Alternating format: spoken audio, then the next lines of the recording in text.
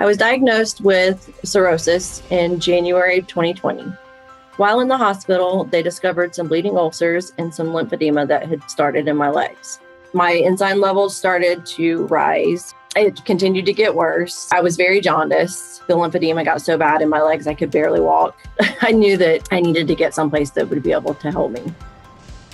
So the Emory Liver Transplant Program, we're able to really provide dedicated liver care to our patients who are critically ill. And this is the first of its kind in the state, the only in the state of Georgia.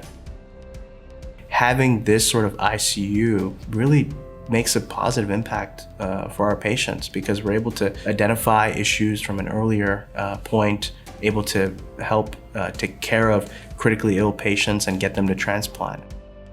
The physical appointments were pushed back due to COVID. Then one day I get a phone call that a telehealth appointment was available for Dr. Vora. Without that telehealth appointment, I wouldn't have been able to get an appointment. So Stacy, welcome. Thanks for joining us. Stacy, when I first met her and we obtained her blood work on that same visit, I could see just based on the blood work how sick she really was. She was in multi-organ failure. Her kidneys were starting to show significant injury. Her liver, as you know, was severely injured as well. Yeah, I could just tell on the video call itself, you don't need to be in front of somebody to know that they're sick. And she was not doing well.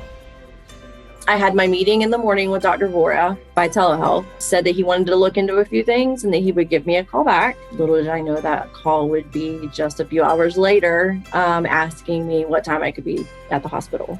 I was admitted that afternoon.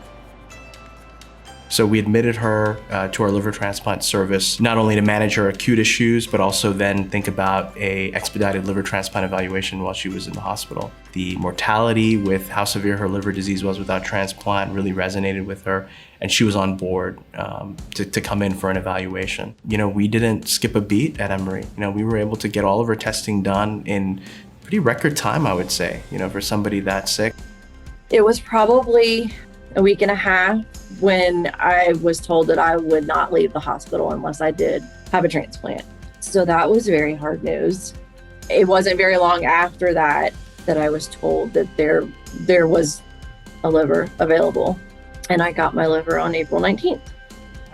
To go from sitting in her living room on a Zoom call to coming in and getting a new transplant, getting a new liver 17 days later, and then jumping back on a Zoom call to see me, that just showed me that this works. Telemedicine works, transplantation works, and our system works.